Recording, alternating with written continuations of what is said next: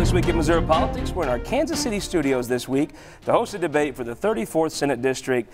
We're welcomed by Attorney Luetkemeyer. Welcome to This Week in Missouri Politics. Scott, thank you for having me. Martin Rucker, welcome to This Week in Missouri Politics. Thank you for making the time. Yeah, thanks a lot for having me, Scott. The 34th District, formerly represented by, or currently, but about to not be represented by Senator Schaaf, Buchanan and Platte Counties, St. Joseph, some of the Northland. If you've flown into Kansas City, you probably touched down in Platte County. Let me just start off. Martin, why are you running for state senate? Yeah, so I grew up in a family of public servants. You know, my dad was a union sheet metal worker for 33 years. My mom was a stay-at-home mom, and I have 3 older siblings. And so we grew up in the era where you could still survive on a single income in the household, you know. We didn't always have everything that we needed or everything that we wanted, but we always had everything that we needed. And my parents made sure that we understood that there were kids in our community and there were kids in our school that didn't have everything that they needed. And so they made sure that we made it a priority to give back whenever we could, through volunteer, through donations, whatever it may be, no matter how big or small. Grew up in the public school system in St. Joe, went to the University of Missouri, played football there, played 5 years of football in the NFL as well. So we do a lot of work with kids, we do a lot of work with charities and things like that in the NFL as well.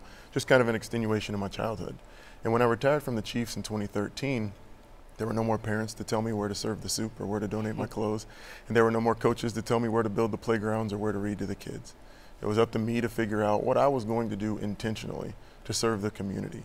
And so immediately I started a toy drive for Big Brothers Big Sisters.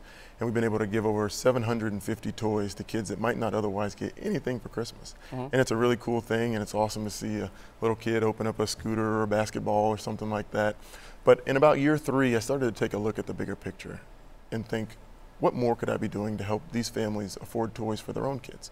And as I looked at a lot of the factors and the influencing things, I realized that whether you want to pay attention or not, whether you want to be political or not, everything falls back to politics.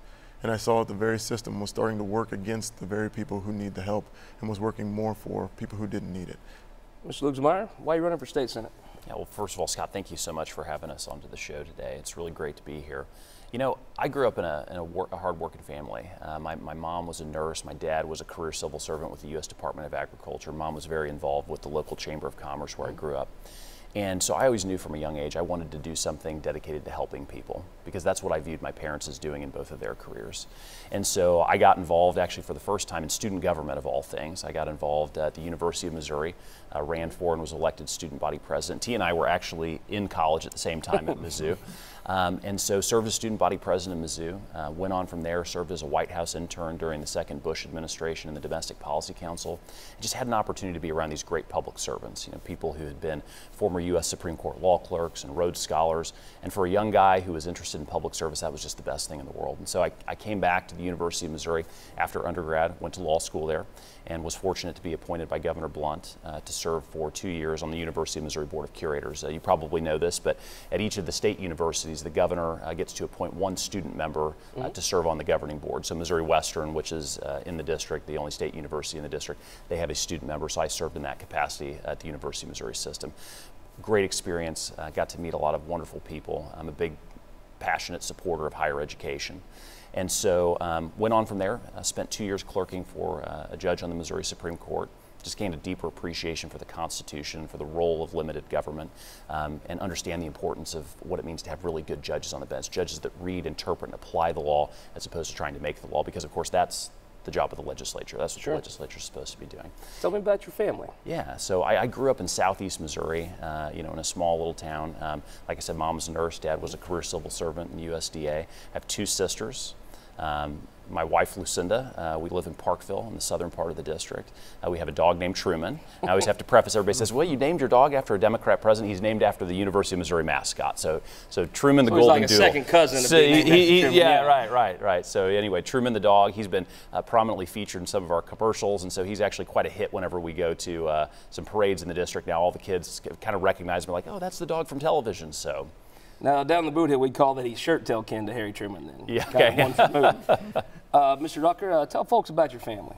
Yeah, so family is incredible. You know, I can never take credit for any of my accomplishments because with the support system that I grew up with, I had no choice but to try to do great things. They were very supportive of me growing up. Father was a union sheet metal worker for 33 years, Silgan Container down on Lower Lake Road in St. Joe.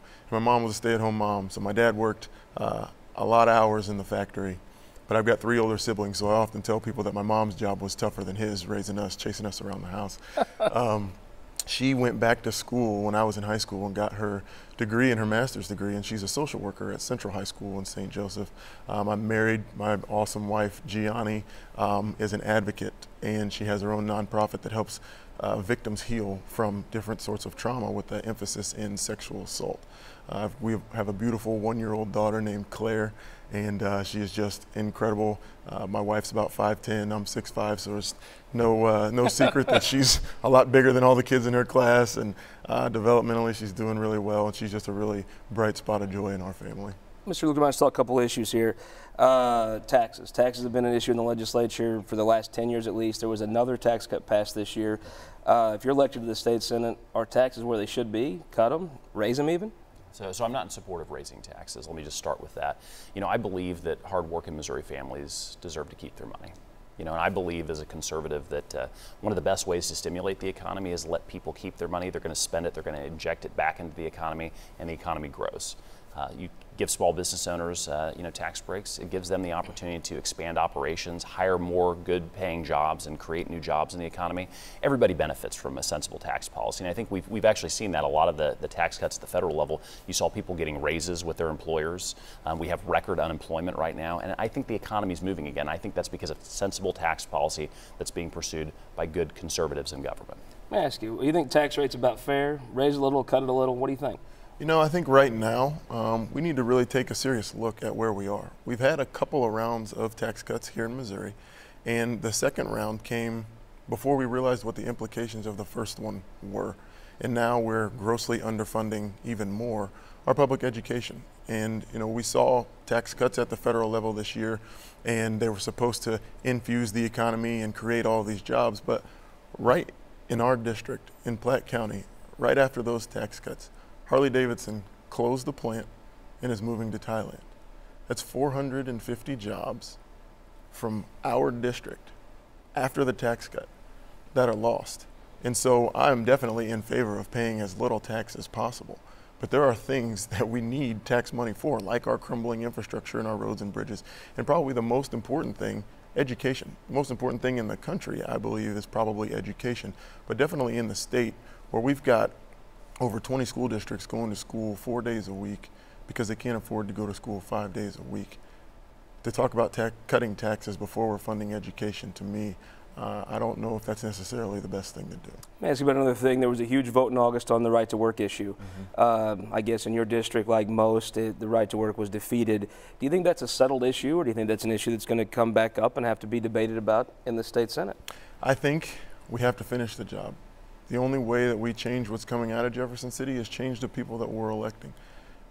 Our district defeated right to work, but over and above what the state did. It was a 70% vote in our district alone.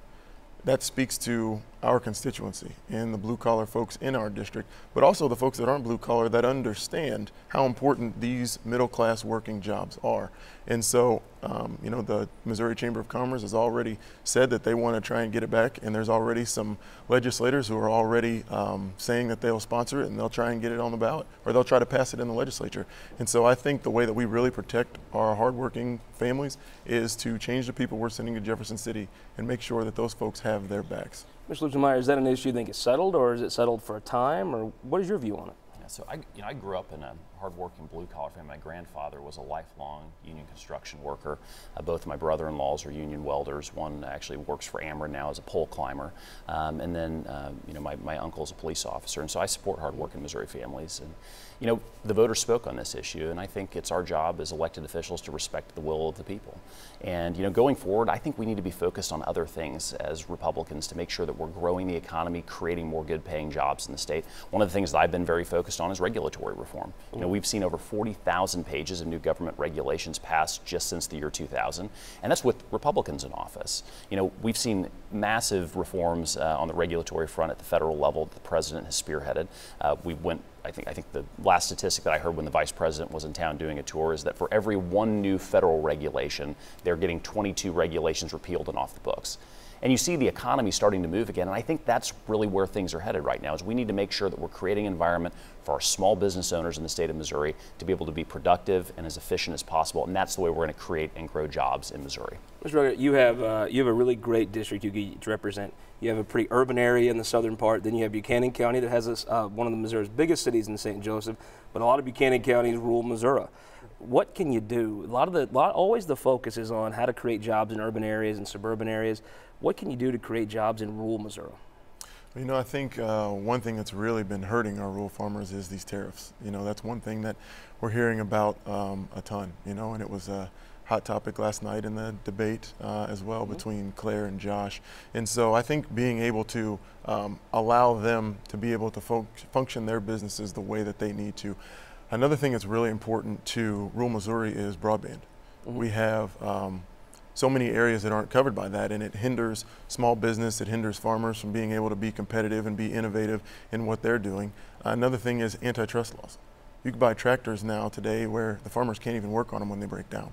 They have to call a manufacturer from the plant to come out, and they have to bring out their computers and do the work. And so it's driving up the price for the hardworking guy out here in Buchanan County who wakes up before the sun and he comes in after the sun's gone down. And so some of those things I think we can do a better job of. How do you create jobs in the rural part of your district? So I grew up in a rural area, you know, so this is something that's really important to me. You know, we have a 5th generation family farm in mid-Missouri, and so, you know, my heart goes out to farmers and the struggles that they have, and we need to make sure that we have candidates in Jefferson City that are representing our farming community, because it is such a vital part of the 34th district. You know, I'm proud to have the endorsement of the Missouri Farm Bureau in this race. You know, I think we need to be getting out of the way and off the backs of Missouri farmers. You know, we had some devastating federal laws that were getting ready to go into effect before the president came into office that would have made it very, very difficult on farmers. And so I think we need to be doing what we can to stay out of farmers' ways so that they can, and it's, by the way, it's the second, or the first largest, sector in the economy, in the Missouri economy, is farming, you know, and so we've got to be with our farmers. We've got to be standing with them. Rural broadband, I agree with. That's something that we need to be pushing. You know, I remember growing up in the town where I did, you know, having a dial-up modem until I left for college. You know, and that's just devastating to local economies. It's devastating to the local school districts. You think you can really be pro-rural Missouri and not be pro-rural broadband? I think it's really tough. I think it's a dishonest proposition almost. Yeah, right. I mean, rural broadband is so critically important. It's important to our educational system. It's important for small business owners so that they can process transactions and be able to do the types of things that they need to do to get goods and services into the areas. And so I think that's critically important. And another thing, just to follow up on that, is the infrastructure. Just in our district, they're in the town of Weston. They're trying to get funding for a new bridge. And so that will open up their economy as well. I was talking with the mayor at a chamber event a couple of weeks ago, and the infrastructure was one thing that he was really harping on and that he was asking for help from state legislators for. We want to ask you guys if you'll stick around for one more segment with us here on This Week in Missouri Politics.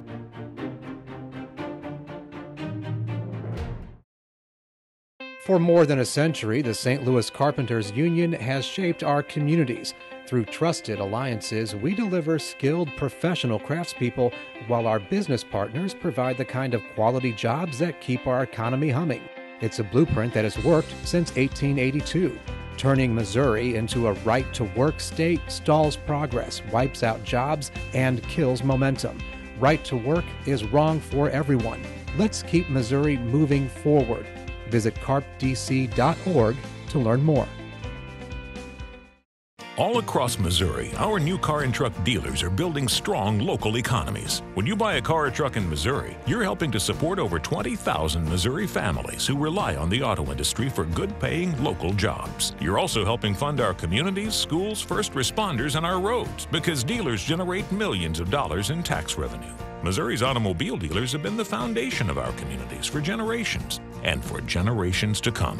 The Missouri Automobile Dealers Association, the heart of Missouri. Looking to get quality insurance at a price you can afford?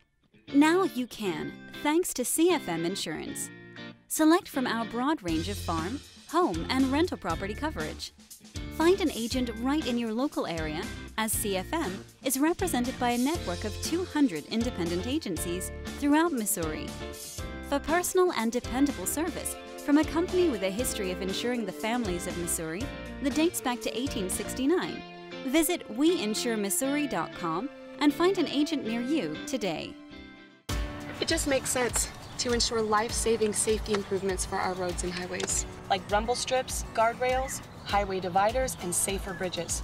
So I'm voting yes for Prop D. Let's start repairing Missouri's over 2,000 bridges in poor or weight-restricted condition. Bridges getting more dangerous every day for our families, school buses, and emergency responders to cross, with funds regularly audited and constitutionally designated. Prop D's a bargain to keep my family and yours safer. At Ameren, Missouri, we know what light can do. It draws people together and chases monsters away. And if you shine it in the right direction, it will light the path for the next generation, showing them what their tomorrow could look like, and spotlighting the possibilities that lay in front of them. Investing in our community by lighting the way forward. That's energy at work. Ameren, Missouri. Welcome back to This Week in Missouri Politics. We're in our Kansas City studios this week. The 34th Senate District, Platte, Buchanan counties in northwestern Missouri. Joined by Tony Luetkemeyer and Martin Rucker. Thanks for sticking around with us. Yeah, Happy to be here. Let's talk a couple issues that might not get asked on a lot of other platforms. I think it's some things people actually talk about. What is your stance on guns? And right now, Missouri's pretty open gun policy. Do you think that needs to be relaxed? Can it be strengthened? Where are you at on the issue? So I'm a strong supporter of gun rights. You know, one of my earliest memories growing up was going to my grandfather's farm in mid-Missouri, fifth-generation family farm, and sitting up in a tree stand during deer season with my dad when I was a little kid growing up. I think for a lot of young guys in Missouri, that's their first memory, is going out and going hunting with their dad. And so, you know, Missouri has a rich gun history, and I think that's a good thing. I think that we should be protecting gun rights. You know, I think sometimes in the left, you know, folks want to choose between different provisions of the Bill of Rights that they want to support. They like certain provisions, but they single out the Second Amendment, and they want to treat it differently. I think we need to be protecting Second Amendment rights, and I think we need to be protecting the rights of hunters and gun owners, both for recreational reasons and also so that people can protect themselves in their homes. So I'm a strong supporter of gun rights, and you know, I'm happy to have the support of the NRA as well in my election. I think the issue seems to be changing in some parts of the state. Where that nobody ever talked about these issues in any kind of gun control measure. In some of the cities, they are now. What's your thought about Missouri's current state of their gun laws? Yeah, you know, I wasn't fortunate enough to grow up hunting. I played a little bit of football, and so hunting season was always in the fall, and so was football. But it was always something that intrigued me. And so when I retired from the Chiefs 5 years ago was when I started hunting. And I love to hunt, and I'm an avid shooter as well. I actually got my first deer with a bow last year. And so, but I'm also a proud Gun Sense candidate, endorsed by Moms Demand Action. And so I mentioned at the top of the show that I have a 1-year-old daughter, and she is so awesome, and it's just so cool to watch her develop and figure out new things. And she can't quite say all the words yet, but you know, I can say I love you, and she says yeah, and so, you know, I know what she's saying. And you know, just coming out the door here today, she was sad and she was reaching for her dad as I was walking out the door, and that breaks your heart. And to think that one day she could go to school and then not come home. As hard as it is to leave her to come to things like this, to think about leaving her for the last time when she's so young, just because we don't want to take some common sense steps that don't infringe upon anyone's Second Amendment rights, because that's not what I want to do. I'm a hunter, I'm an avid shooter, and I respect everyone's rights. But at the same time, when we have these things that continue to happen over and over and over, and we do nothing to prevent it, at least enact some common sense measures so that in a couple of years we can look back and say, are the things that we put in place, are they working, or are things worse? And if we don't allow those things to happen, if we don't have that conversation, then what are we really doing? Let's talk about education along that same lines. Right now, Missouri in the state legislature seems to be a debate about what is fully funded. Some folks think they are fully funded, or someone argue with that. Right now, there's always seems to be a debate. The state Senate's been in favor of a larger role for charter schools. The state House has always been a little bit more reserved. Where do you come down on those issues if you were in the state Senate? Yeah, so we have a foundation formula. The foundation formula is the number that it says this is how much money it takes to fund the schools in the state of Missouri. We have never fully funded that number until 2 years ago. And 2 years ago, what the legislature did was just reduce the number that it says it takes to fully fund the schools. There was no studies done. There were no consultations. There was nothing. It was just, this is now the number. They moved the bar, changed the rules in the middle of the game, and fully funded the schools. We have over 20 school districts in the state, like I mentioned earlier, that go to school 4 days a week. It can't be fully funded if we can't even afford to get our kids to school and have all of our kids in school 5 days a week. What do you think? I mean, the State House has always been a little less interested in charter schools. The State Senate's been a little more pro them. Where do you come down on those issues if you're in the State Senate? Yeah, so first of all, I'm a proud product of public education, K through 12, University of Missouri for undergraduate and graduate school both, and so we need to be supporting our public schools. We also have a lot of schools that have issues though, and I think we need to be offering alternative creative solutions. It's not fair for kids to get stuck in a broken system and have no options. You know, we actually have a charter school that's relatively close to my office where I work in downtown Kansas City, and I've had an opportunity to volunteer there and just get to see the amazing things that those schools are doing, giving kids opportunities that otherwise wouldn't have them. One of the other things I actually want to talk about on the subject of education, though, is workforce development. You know, it's one of the things the governor is beating the drum on right now. And I think that's critically important. When I'm meeting with people in St. Joe, that is one of the big things that people are talking about. We have a lot of open jobs there, employers who want to employ people, but they don't necessarily have the people with the necessary skill sets to fill those positions. And so we need to make sure that we're doing more things to bring focus into vocational training, make sure that kids know it's okay. Everybody doesn't have to go to college, and it's okay to work with your hands and come out of school without debt and have a job where you're making $40,000, $50,000, $60,000 a year, and maybe even doing better than people who graduated from college. I think that's really important. Let me ask you about another issue that you might not hear it in a lot of debate forums, but I bet you hear it on the doors, and that's abortion. Right now, Missouri does about all they can do to restrict abortions under current federal law. Can they do more? So I'm, first of all, proud to be supported by the Missouri Right to Life. I'm the only candidate in this race that's endorsed by the Missouri Right to Life. And we need to protect human life. That's one of the core, fundamental, central roles of government, whether you're talking about supporting police to make sure that they're able to keep our community safe, up to the rights of the unborn. And so I think that's so important that we stand with those folks. And by the way, one of the great things that you see in the 34th Senate District, we have a lot of pregnancy care centers in the Senate District. We have one down in Parkville where my wife and I live. There's a very vibrant one up in St. Joe as well. And they do great work to offer alternatives to women to abortions, to make sure that people love on them, to make sure that people know that they're supported, that the community is there with them. And I think a lot fewer women would make that decision if there were more organizations like that and if they were properly supported by the state, to make sure that those women know that they have some place to go and make sure that they know that they have people that are going to help take care of them. Should you get this issue on the doors, where do you come down on the issue of abortion? Yeah, and so I feel like personally, this isn't a decision that I would ever make. But legislatively, I don't feel like it's the role of the government to infringe upon someone's right to make this decision. You would never want someone to make this decision at all.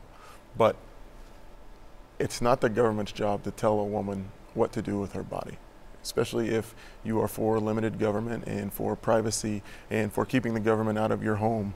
I just don't understand how you could force someone to make this choice. Let me ask you about the ballot measures. This is the longest ballot maybe in Missouri history. There's a lot of things on it. Is there one or two things on that ballot that stick out to you that are important to be for or against? Yeah, so Clean Missouri is one. Cleaning up the influence of special interests, of lobbyists in Missouri politics, of Jefferson City insiders. I think that that's extremely important. And Clean Missouri addresses that. It puts a 6-month ban, which probably should go a little bit further, but a 6-month ban on legislator to lobbyist. It brings down the contribution limits, so it helps get some more of that money influence in politics out. It also helps put an end to the gerrymandering, and it helps give us a more accurate representation of the folks in the state. And so, one thing that's been coming up a lot recently is that it allows for non-contiguous districts, and that's just not true. That's a falsehood that's been debunked time and time again. A lot of folks, you talk about issues at the doors, whether it's Platte County or whether it's Buchanan County, whether it's in the city or whether it's rural. Transparency in government, something that I will fight very hard for, and something that is a very hot button issue. And we haven't done enough in the legislature in the recent history to get this influence out of our elections, out of the legislative process, and this goes a long way in terms of taking steps to try and quell some of that. Just looks around that very long ballot. Is there one proposal that sticks out to you that you feel passionately about? So I'm going to talk about Clean Missouri as well. So T and I have a different position on this. I agree that we need to have a lobbyist gift ban. I agree that we need to have term limits for all of our statewide elected officials, including the ones that are exempted Traditionally right been now. the Senate that stopped those things. Right, but I'm in support of those things, and I think that you're right. The last session, the House passed an ethics reform package, and the Senate stopped it. That's something that I want to change whenever I get there. But that's the thing, is that everybody who's a proponent of Clean Missouri, those are the things they lead with, because those are things that are popular, and those are things that people generally agree on. The things that they want to talk about less, or that they want to kind of gloss over, are the issues relating to the redistricting provisions. And I have to agree with T on this point. The fact is that the way that the ballot initiative is set up, it's designed to break apart the current House and Senate districts and have them strung across the state in a way that gets more liberals elected to office. That's the reason that George Soros is the biggest funder of the Clean Missouri Initiative. And so I think voters should be very cautious about this. You know, I said this before in a debate that we had up in St. Joe. Most folks in St. Joe would not be happy about the prospect of having somebody from the city of St. Louis representing them in St. Joe, right? The fact is that could happen under the new proposition. And I think it would destroy local government. It would be bad for local government. It would be bad for local representation. Mr. Rucker, I appreciate you making the time to join us today. If you could, maybe look in the camera and give folks why they should vote for you. Yeah, absolutely. I'm from this district. I grew up in St. Joseph, Missouri, on the south side of town. My father, hardworking, blue-collar union sheet metal worker. Whenever I was in the NFL, I was in the Players Union, and I now work as a project engineer here in Kansas City and joined the Laborers Union when I retired from the Chiefs. I understand what middle-class working families go through. I understand the attack that our middle-class working families have been under. My mom is a social worker at Central High School in St. Joseph. I understand the attacks on education, the underfunding and the burden that it places on our teachers in overcrowded classrooms and old crumbling buildings. Employee wages have been stagnant in our state for years. Working people need a break. The power is in the people, not in the people in power. And if elected, that's what I want to do. That's what I will do, is listen to the people. Listen to the people and legislate for the people. Return the power back to the folks of Missouri where it should be. Appreciate you making the time, Mr. Luetkemeyer. Take a minute, look in the camera, and tell folks why they should vote for you on Election Day. Absolutely. Thanks again, Scott, for having us. I really appreciate it. You know, my name's Tony Luetkemeyer. I'm running for Senate District 34, and this is a really important election. You know, one of the things that I've heard a lot as I've been meeting folks at the doors and talking to a lot of you at your homes is that people are sick and tired of the way the government is being run. They're sick and tired of the gridlock. They're sick and tired of the corruption. They're sick and tired of the partisan bickering. I've never run for office before, and I think that's important. We need somebody who's an outsider who's going to bring a new and fresh perspective to Jefferson City. Someone who's going to fight for meaningful ethics reform. Someone who's going to fight for term limits for all of our statewide elected officials. Somebody who's going to fight to ban lobbyist gifts. I'm for all those things. I want to support our schools. I want to support our brave men and women in law enforcement. And I want to make sure that you get to keep your hard-earned tax dollars and that the government is responsible with your money. And I would appreciate your vote on November 6th. Well, normally as part we do a Who Won the Week segment. I want to thank both of you did. I think it's a terrific statement, very good testament to the state that two people can come and talk about issues like this in a serious way. And I appreciate both of you for being here. Thanks a lot, Scott. Appreciate you having us. We'll be right back with you next Sunday from our St. Louis studios with State Editor Nicole Galloway on This Week in Missouri Politics. We'll see you then. This Week in Missouri Politics, sponsored by the Missouri Association of Career Fire Protection Districts, Spire, and Sterling Bank.